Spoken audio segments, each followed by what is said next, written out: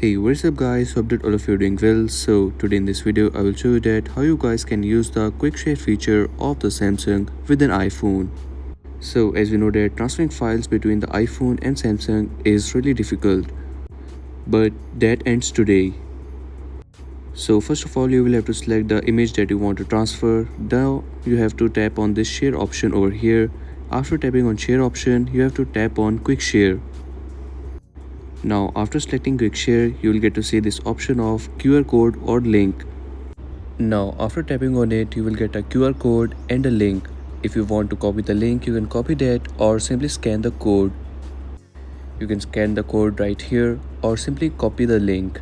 After copying the link, you will have to paste it on your iPhone.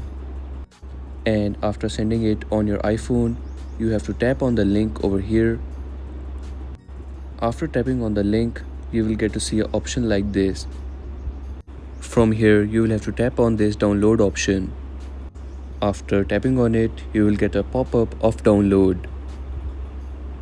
You can also access it directly from the downloads. For that, simply tap on this icon, then you have to tap on downloads.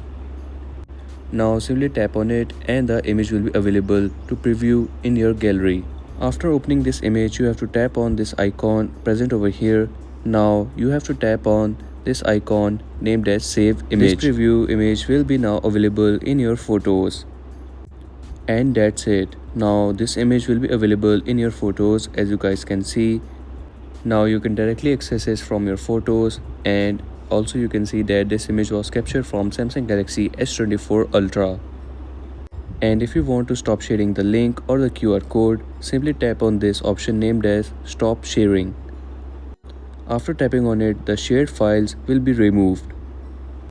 And that's a wrap for today's video. This is how you can transfer any image from your Samsung Quick Share to your iPhone without any image quality dropping.